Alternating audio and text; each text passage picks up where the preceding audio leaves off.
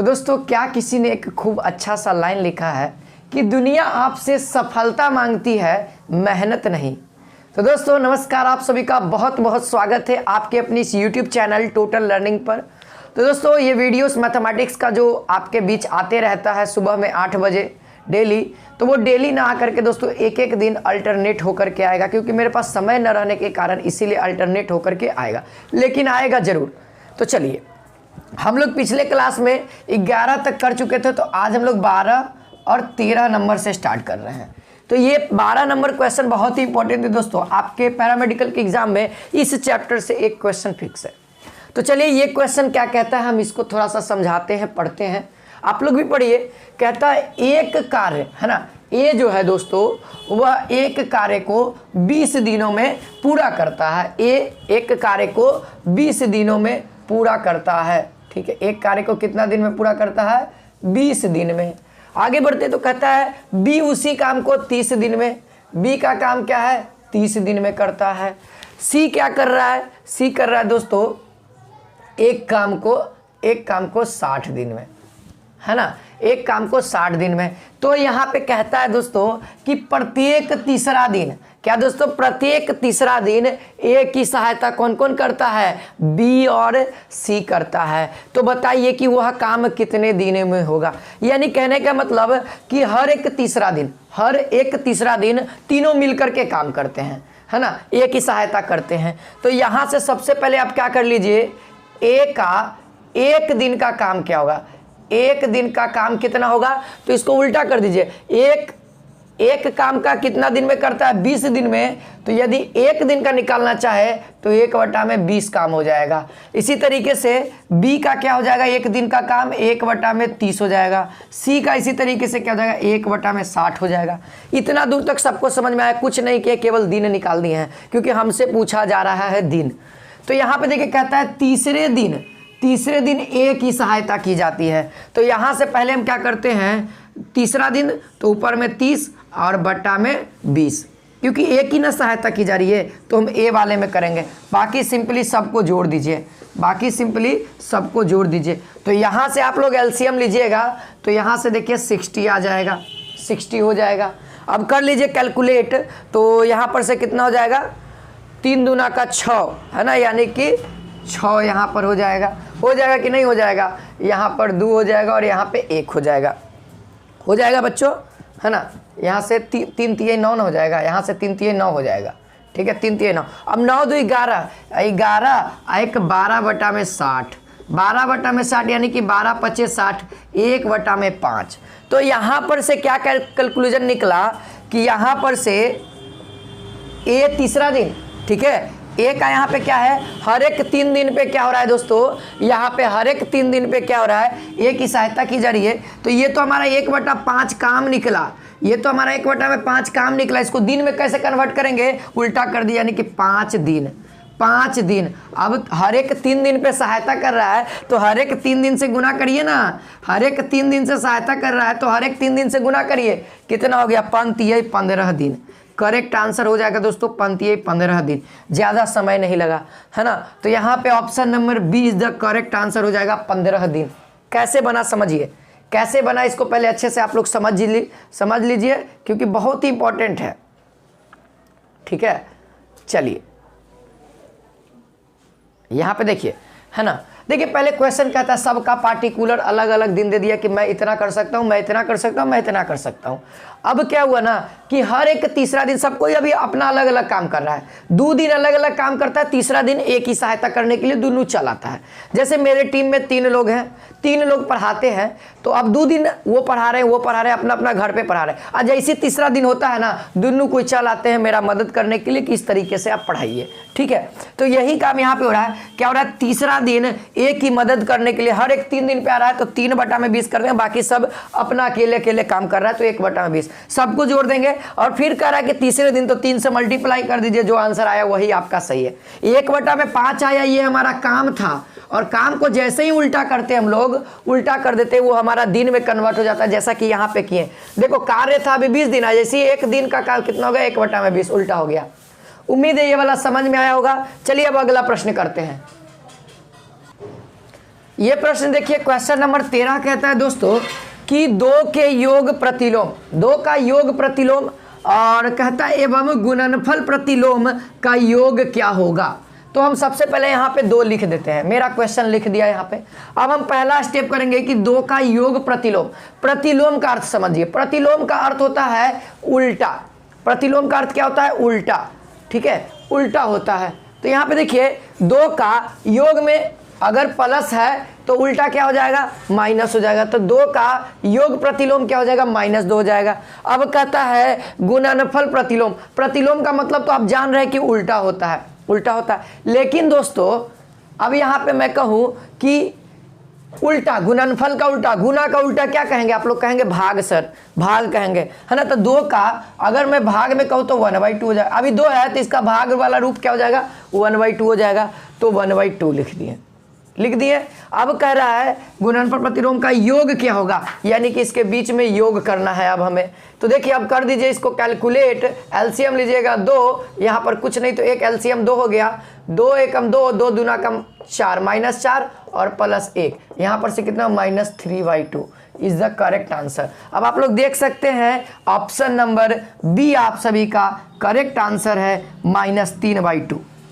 -3/2 answer हो जाएगा। उम्मीद है ये क्वेश्चन समझ में आ गया होगा। प्लस का उल्टा क्या होता है? माइनस। अगर मान लीजिए यहाँ पे माइनस रहता, -2 देले रहता है तो क्या करते हैं? योग प्रतिलोम इसका क्या हो जाता? यहाँ पर से हट जाता, +2 हो जाता। क्योंकि प्रतिलोम इस अंक का उल्टा करना, अगर -2 पहले ही से देले है भैया, -2 देले तो इसका उल्टा क्या होगा? +2 होगा। अगर यहाँ पे इसका गुणनफल करते तो 1/-2 हो जाता, 1/-2 हो जाता, माइनस लग जाता। लेकिन वो क्वेश्चन के अकॉर्डिंग चलेंगे। तो आप लोग इस क्वेश्चन को नोट कर लीजिए। तो चलिए दोस्तों यहाँ पे क्वेश्चन नंबर 14 देखिए और 15 करेंगे हम लोग, ठीक है। यहाँ पे कहता है दोस्तों यदि 16 गो मदों का विक्रय मूल्य, यानी कि सेलिंग प्राइस, यानी कि जिस रेट पे हम लोग बेचते हैं उस रेट की बात कर रहे हैं, वह 20 गो मदों के क्रय मूल्य, यानी कि खरीदने वाला रेट, हम किसी मार्केट में जाते खरीदते और हम बेचते हैं वो अलग चीज़ें हो गई, है ना। हम जो खरीद के लाएंगे उसे हम लोग कॉस्ट प्राइस यानी कि क्रय मूल्य कहेंगे। और जो हम जो सामान खरीद के लाए, जैसे कि ये मार्कर मैं मार्केट से खरीद के लाया, मैं खरीद के लाया कितना में, जितना में भी खरीद के लाया, मैं मान के चलो 10 रुपया में लाया, तो मेरे लिए क्रय मूल्य क्या हो गया? 10 रुपया हो गया। अब मेरे को मैं बेचने वाला हूं तो मैं इसको बेचा 20 रुपया में, तो मेरा जो मैं बेचा वो हमारा हो गया विक्रय मूल्य यानी कि सेलिंग प्राइस, वो मेरा सेलिंग प्राइस हुआ। अब ये जिस बंदे ने इसको खरीदा होगा उसके लिए दोस्तों वो क्या होगा? कॉस्ट प्राइस होगा। इसी पे पूरा मार्केटिंग है, हम वहां से खरीदते हैं, हमसे ये खरीदता है, हमसे वो खरीदता है, इस तरीके से सेल होते रहता है, ठीक है। तो हमसे क्वेश्चन क्या है, हम उस पर फोकस करते हैं। 16 मदों का विक्रय मूल्य, यानी देखिएगा 16 का एसपी, देखिए यहाँ पे एकदम समझिएगा बढ़िया से एकदम, 16 का एसपी बराबर है 20 गो मद के विक्रय मूल्य के, यानी कि सीपी के, 20 का सीपी का, ठीक है। तो हमसे पूछ रहा है कि प्रतिशत लाभ क्या होगा। तो सबसे पहले आपको याद होना चाहिए प्रतिशत लाभ का फॉर्मूला। याद है बच्चों लोग? आपको यदि याद है तो कमेंट करके मुझे बताइए कि प्रतिशत लाभ का फॉर्मूला क्या होता है ना। और आंसर भी बताना है। देख लीजिए ऑप्शन 24% है, option number 20, option number C 25, option number D 16। देखिए बहुत ही आसान है। पहले मैं फॉर्मूला लिखता, प्रॉफिट होता है ऊपर में और नीचे में क्या होता है? कॉस्ट प्राइस होता है गुणे 100 होता है। और प्रॉफिट बराबर फॉर्मूला भी याद होना चाहिए, एसपी माइनस सीपी, यानी कि विक्रय मूल्य माइनस क्रय मूल्य, है ना। यानी कि बेचे वाला मूल्य में से यदि क्रय वाला मूल्य में घटाते हैं तो हमको क्या होता है? लाभ होता है। ऐसे समझिए, यदि आप कोई भी मार्कर खरीदे हैं तो मैं जो बेच रहा हूँ उसमें और जो मैं खरीद के ला रहा हूँ दोनों को घटाएंगे, जो प्लस में आंसर आएगा वही हमारा प्रॉफिट होगा। तो देखिए कॉन्सेप्ट यहाँ पे एक ही ट्रिक दिया है और इसको हमको निकालना है। तो देखिए 16 को बेचते हैं तो हमको 20 प्राप्त होता है। अगर ऐसा बराबर में ऐसा दिख जाए सिचुएशन, पहले इस तरीके से पूरा शॉर्ट फॉर्म में लिखने की कोशिश करिए। अगर ऐसा सिचुएशन लिख जाए तो एसपी के जगह पे आप 20 लिख दीजिए और सीपी के जगह पे 16 लिख दीजिए। यानी कहने का मतलब एसपी बराबर आपका कितना मान आ गया? 20 आ गया। और सीपी बराबर कितना मान आ गया? डायरेक्ट आप लोग लिखिए 16। अब आप लोग पुट कर दीजिए। अब आप लोग आसानी से कर सकते हैं। पी प्रतिशत बराबर कितना हो जाएगा? 20 में से 16 गया 4, प्रॉफिट हो गया मेरा। प्रॉफिट क्या हो जाएगा? 20 माइनस 16 यानी कि P बराबर 4, और P का वैल्यू 4, और नीचे में कॉस्ट प्राइस हमारे पास कितना है? 16 गुने 100, और यहाँ से ये 4 बार में और ये 25 बार में, तो आंसर हमारा जो आएगा वो आएगा 25%। देख सकते हैं 25% आ गया, यानी कि option number C is the correct answer, है ना। कुछ नहीं किए हैं। अगर इस तरीके से आ जाए कि 20 गो खिलौना का रेट 20 गो खिलौना का विक्रय मूल्य 40 गो खिलौना के क्रय मूल्य के बराबर है, तो बताइए कि उसका कितना लाभ हुआ, या कुछ भी पूछ दे तो आप सबसे पहले क्या करिएगा, एक दूसरे को बराबर में लिख दीजिएगा। अब हमसे एसपी पूछा जाए तो उसके बगल वाला जितना भी रहेगा खिलौना उसको हम लोग एसपी मान लेंगे, और जब सीपी पूछा जाए तो इस साइड में जितना रहेगा उल्टा में उसको हम लोग क्या मान लेंगे, सीपी मान लेंगे। उम्मीद है आपको पता भी है कि x बराबर अगर 16 रहे तो आप क्या कहिएगा कि x का मान 16 है, x का मान 16 है, तो अगर इक्वल की पट्टी जो मान दिया हुआ है वो हमारा सीपी का मान है, और इसके लिए इक्वल की पट्टी वाला हमको एसपी के लिए मान है। उम्मीद है दोस्तों आप सभी को समझ में आ रहा है। तो वीडियो को लाइक और शेयर नहीं करते आप लोग, शेयर करिए, कमेंट करके बताइए कि आप सभी को क्लासेस कैसी लगती है, ठीक है, लास्ट में बताइएगा कमेंट करके। चलिए अभी करिए क्लास, अब नेक्स्ट वाले की ओर बढ़ते हैं। चलिए देखिए क्वेश्चन नंबर 15। क्वेश्चन नंबर 15 देखिए, ये क्वेश्चन लाजवाब है दोस्तों, और ये क्वेश्चन आप 100% क्या कहता हूँ मैं, 99% कहता हूँ कि बच्चों को ये क्वेश्चन निकालने नहीं आ रहा होगा, समझ ही में नहीं आ रहा होगा कि इसमें क्या पूछ रहा है ना। और जो बच्चे समझ भी गए होंगे तो उम्मीद है कि वो बच्चे गलत भी कर सकते हैं, और कुछ ऐसे बच्चे हैं जो सही भी कर देते हैं, ऐसा बात नहीं है। इसीलिए मैं 1% बच्चे को बोल दिया हूँ कि वो सही आंसर निकाल सकते हैं, है ना। तो यहाँ पे मैं समझाता हूँ, आप बढ़िया से समझिएगा। एक व्यक्ति ने 8,000 रुपया था, वो बैंक में 3 साल के लिए दोस्तों 5 वर्ष यानी कि हर एक वर्ष में क्या होगा, 5 रुपया 100 रुपया पे 5 रुपया बढ़ेगा, तो अब 8,000 का 5% निकाल लीजिए, प्रत्येक वर्ष बढ़ेगा। यानी कि दोस्तों अभी हम लोग इक्वेशन पढ़ते हैं और कुछ इस तरीके से हम सॉल्व करते हैं। देखिए मेरा सॉल्व करने का तरीका क्या है, हम पढ़ें एक व्यक्ति ने 8,000 रुपए एक बैंक में 3 वर्ष के लिए 5% वार्षिक ब्याज की दर से चक्रवृद्धि ब्याज के लिए जमा किया। चक्रवृद्धि ब्याज के लिए जमा किया तो उसे 3 वर्ष के बाद पश्चात कितना रुपया मिलेगा। वो जमा कितना कर रहा है, यानी कि उसका पूंजी कितना है, यानी कि पूंजी यानी कि प्रिंसिपल यानी कि मूलधन कितना रुपया जमा कर रहा है, 8,000 रुपया। लिख दिया 8,000 रुपया। कितना समय के लिए, टाइम कितना है, टी है, 3 वर्ष के लिए। कितना रेट पे, रेट कितना है उसका, रेट यानी कि ये प्रतिशत वाला जो भी रहेगा वो आपका आर का वैल्यू रहेगा 5%, तो 5 डायरेक्ट लिखते हैं। और किस चीज पे कह रहा है, तो चक्रवृद्धि ब्याज। तो अब ये चक्रवृद्धि ब्याज आ गया, तो अब से मेरे माइंड में एक ही फॉर्मूला चलना चाहिए कि यहाँ पे जो फॉर्मूला लगेगा वह चक्रवृद्धि ब्याज का लगेगा। यहाँ तक तो सही था, से तक पढ़े तो हमको लगा कि नहीं सिंपल इंटरेस्ट यानी कि साधारण ब्याज का फॉर्मूला लगेगा, लेकिन जैसे ही एक स्टेप आ गए तो वो मेरा सपना चूर चूर हो गया। अब जो सपना लगाना है वह चक्रवृद्धि ब्याज का। लेकिन चक्रवृद्धि ब्याज में अब क्या निकालना है, ब्याज निकालना है कि मिश्रधन निकालना है, ये कंफ्यूजन हो गया, है ना। तो यहाँ पे अगर इस लाइन को अगर आप अच्छे से पढ़ते हैं, कहता है दोस्तों कि 3 वर्ष के पश्चात उसे कितने रुपए मिलेंगे। 8,000 रुपया जमा कर रहा है। अगर मैं पूछूं आपसे कि आप एक बैंक में पैसा कितना जमा करें, 100 रुपया जमा कर, मान के चलो 1,000 रुपया जमा कर रहे हो, 1,000 जमा कर रहे हो, कितना साल के लिए, 2 साल के लिए, और आपका 1,000 में दोस्त आपका मान के चलो 100 रुपया ब्याज होता है, एक्स्ट्रा पैसा आपको दिया जाएगा। आपको मैं कहा कि आप 1 साल के लिए 1,000 जमा करिएगा, 100 रुपया, अगला 1 साल के बाद मैं आपको 1,100 रुपया दूंगा। तो आपके लिए 100 रुपया जरूरी था, तो आपने जमा कर दिया और 100 रुपया के लालच में आपने उसको कर दिया। तो आपने जमा कितना किया, यानी कि मूलधन आपके पास क्या है, 1,000 रुपया है। आपको एक्स्ट्रा क्या मिल रहा है, जो भी पार्टिकल एक्स्ट्रा मिलते हैं उसको हम लोग क्या कहते हैं, ब्याज कहते हैं, यानी इंटरेस्ट कहते हैं, सबको पता है ना, इंटरेस्ट कहते हैं यानी कि ब्याज कहते हैं। तो अब बताओ, अब आप पैसा लोगे तो हमसे क्या लोगे, 1 साल के बाद 1,000 लोगे, 1,000 लोगे। क्या सर, मतलब कि आप फोकट वाला काम करते हो, नहीं, कहोगे कि सर मैं टोटल जोड़ के लूंगा, मेरे को जोड़ने आता है, 1,100 रुपया लूंगा। तो वही कह रहा है कि उसे कितने मिलेंगे टोटल। और जब हम लोग मूलधन प्लस ब्याज को जोड़ते हैं तो उसको हम लोग अमाउंट कहते हैं, जिसको हम लोग कहते हैं मिश्रधन, है ना। आपको पता है ना, जब ब्याज और मूलधन जुटता है तो उसको हम लोग क्या कहते हैं, मिश्रधन कहते हैं। और वही ना कहता है कि मुझे कितने पैसे मिलेंगे टोटल, यानी कि 8,000 तो हम जमा कर रहे हैं और चक्रवृद्धि ब्याजो लगा रहे हैं, उस आधार पे मुझे कितने मिलेंगे, ब्याजो चाहिए ना, कोई भी पैसा जमा करेगा तो ब्याज और मूलधन दोनों चाहिए। तो यही बात है। तो हमको अब इस लाइन से क्या क्लियर हो गया कि हमको क्या ज्ञात करना है, ए ज्ञात करना है। लेकिन फार्मूला कौन सा लगाना है, CI के आधार पे बनाना है। CI कहने का मतलब कंपाउंड इंटरेस्ट के आधार पे बनाना है। तो ये चीज़ क्लियर हो गया। तो सीआई में दोस्तों डायरेक्ट फार्मूला हो जाता है डायरेक्ट, लेकिन एसआई में क्या होता था, डायरेक्ट फार्मूला नहीं होता था। एसआई में डायरेक्ट फार्मूला नहीं होता है, लेकिन सीआई में डायरेक्ट फार्मूला है। कंपाउंड इंटरेस्ट में क्या होता है, तो मिश्रधन, हिंदी में भी लिख देते हैं, ये क्या हो जाएगा, मिश्रधन हो जाएगा। अमाउंट बराबर क्या होता है, फार्मूला पी ब्रैकेट के अंदर क्या होता है 1 + R/100 का पावर टी। बस अब आप लोग मान पुट कर दीजिए, हमको तो यही ना चाहिए, यानी कि क्या चाहिए, हमको टोटल पैसा मिलेगा, टोटल पैसा,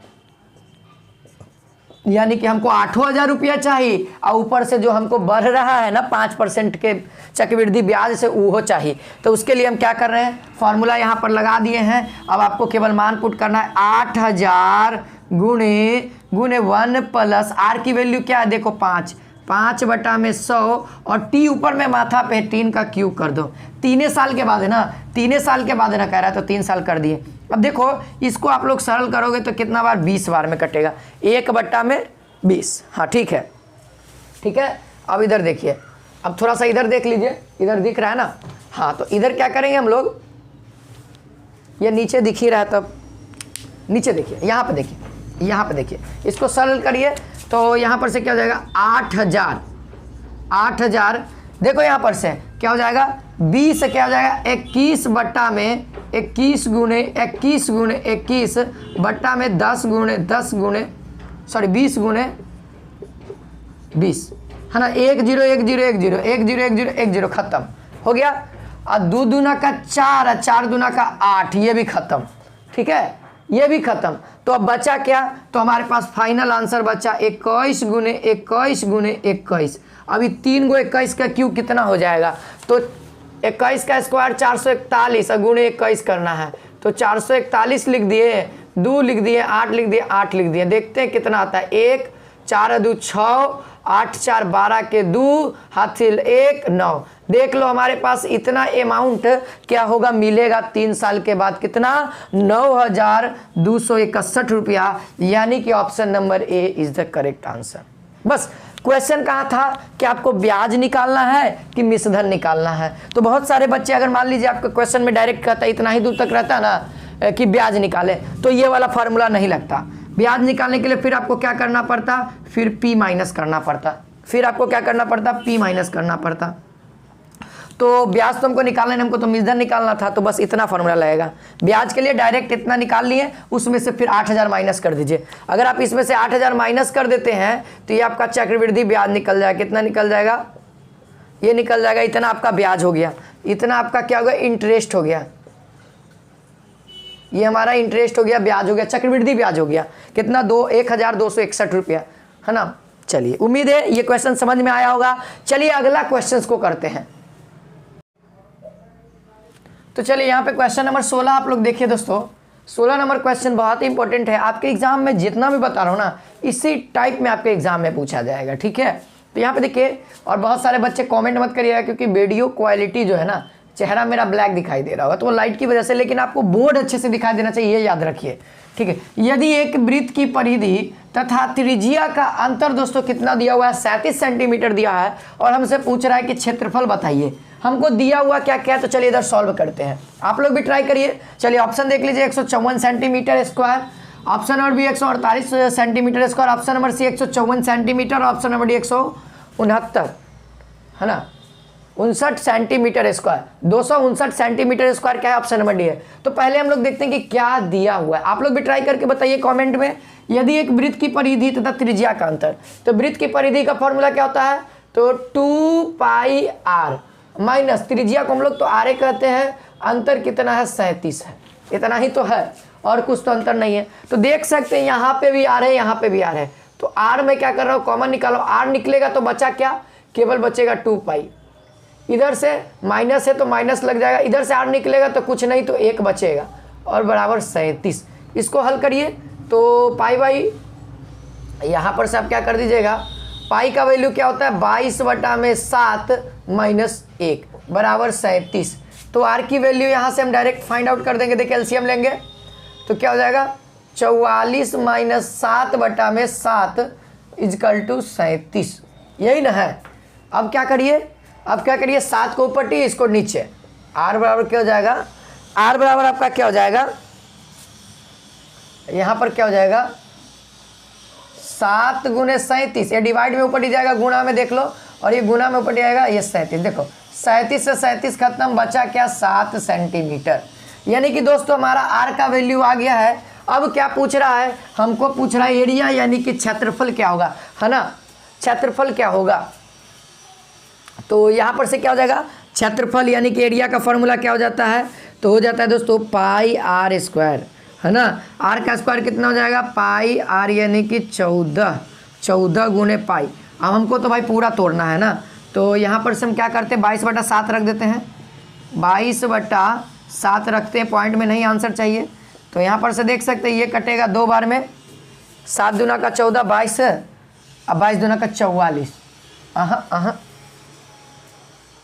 7 का स्क्वायर 49 होता है, सॉरी यहाँ पे क्या हो जाएगा 7 का स्क्वायर क्या होता है 49 होता है दोस्तों, और 49 कटेगा 7 सत्ते 22 सत्ते कितना हो जाएगा 22 गुने 7 हमारा जो आएगा वो आंसर है 7 दूना का 14 के 4 हाथ में 1 का 7 दूना का 14 1 15। और यहाँ पे याद रखिएगा क्षेत्रफल है तो स्क्वायर लगना नेसेसरी है, तो 154 सेंटीमीटर स्क्वायर। तो 154 देखते हैं ए में भी है और सी में भी है, लेकिन स्क्वायर इसमें नहीं है, इसमें है तो हम लोग ऑप्शन नंबर ए को टिक करेंगे।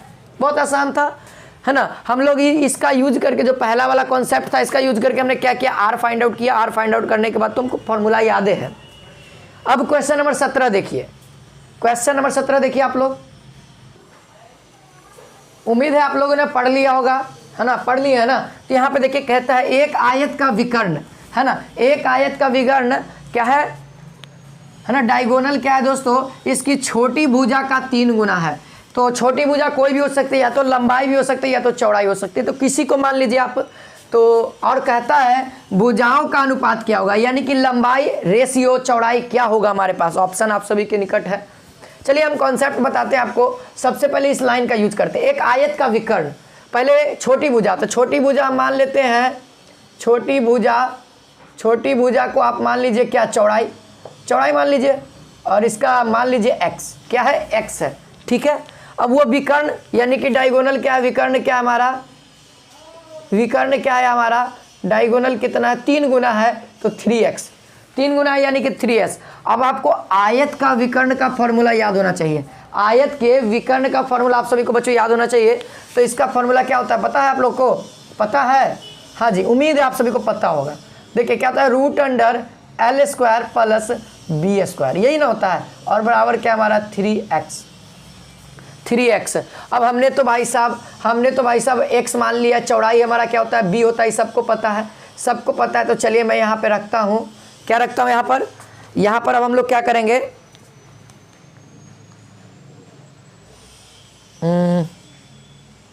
सही है, हम लोग क्या करेंगे अब हम लोग यहाँ पर से विकर्ण बराबर हो गया। अब विकर्ण बराबर यहाँ पर से, ये तो हमारा फॉर्मूला 3x के थोड़े हो गया, ये तो विकर्ण का फॉर्मूला हो गया ना, है ना। अब यहाँ पर से आप लोग क्या करिए, ये तो लंबी भुजा हो गई, तो यहाँ पर से आप क्या करिए, इसका मान आप पुट करिए, 3x² प्लस x² हो गया, ठीक है। अभी हम क्या कर रहे हैं, बड़ी भुजा ज्ञात कर रहे हैं। अभी हम लोग क्या कर रहे हैं, बड़ी भुजा ज्ञात कर रहे हैं, विकर्ण का फॉर्मूला लगा करके। देखिए यहाँ पे क्या कर रहे हैं हम, यहाँ पे देखिए सबसे पहले ये तो फार्मूला आप सभी को याद होगा, तो यहाँ पर से हम क्या कर रहे हैं, L² प्लस यहाँ पे कितना है x² हम लोग कर सकते हैं, हमको पता है विकर्ण 3x है, विकर्ण हमारा 3x है। अब देखिए हमको बड़ी भुजा ज्ञात करना होगा, एक भुजा तो हमको x पता है, कोई दिक्कत नहीं है, x पता है, तो सबसे पहले हमको L² ज्ञात करना पड़ेगा। तो रूट ऊपर ही भेजिए, L² प्लस x², इधर जाएगा तो क्या हो जाएगा 3x², है ना, यानी कि इसका स्क्वायर कर देंगे, और फिर इसके बाद ऊपर डी जाएगा तो L² बराबर क्या हो जाएगा 3x² माइनस x², ये L की वैल्यू चाहिए, तो ये हो जाएगा √3x² का वैल्यू क्या हो जाता है 9x² माइनस x², तो यहाँ पर से √8x², ये हो गया हमारा x, ये हमारा क्या आ गया L की वैल्यू आ गई। अब हमको B की वैल्यू पता है, V की वैल्यू पता है, हमको क्या पूछ रहा है भुजा का अनुपात, तो भुजा का अनुपात यानी कि L/B, है ना, L/B। तो L रेशियो को हम कुछ इस तरीके से लिखते हैं, L की वैल्यू क्या है √8 8x स्क्वायर बटा में यहाँ से इसका क्या मान है x है, तो आप √8 को अलग कर दीजिए तो 2√2 हो जाएगा और x स्क्वायर है तो x निकल जाएगा और x से x खत्म हो जाएगा तो कुछ नहीं है, तो 2√2 बटा में 1। अगर रेशियो में इसको लिखना चाहें तो यहाँ पर से मैं लिख देता हूँ L रेशियो B बराबर लिख सकते हैं 2√2:1। बताइए समझ में आया कि नहीं आया, बताइए ये चीज़ क्लियर है। यहाँ देख लीजिए आप लोग, इसको रेशियो में कुछ इस तरीके से लिख दीजिए, ऊपर नहीं दिख रहा होगा, ये आगे वाला हमको लंबाई को दर्शा रहा है, पीछे वाला चौड़ाई को, तो यहाँ पे option number D is the correct answer. ये फॉर्मूला इसी से बन गया है ना। बी पता था, एल निकालना था, दो गो तो भुजे होता है, एक गो भुजा पता हमने एक्स मान लिया था, अब दूसरे को निकालना था, अब वो एक्स के टर्म में आएगा, बाकी तो फिर भुजा का अनुपात निकाल दिया, अपने आप नंबर के टर्म में आ गया। उम्मीद है दोस्तों ये कॉन्सेप्ट आपको अच्छे से समझ में आएगा, उन्हीं बच्चों को समझ में आएगा जो ये सब प्रोसेस कैलकुलेशन आसानी भाषा में समझते होंगे। तो अगर अच्छा लगा होगा तो कमेंट करके बताइए क्लासेस कैसी लगी। फिर मिलते हैं नेक्स्ट क्लास में मैथमेटिक्स के। जय हिंद, जय भारत।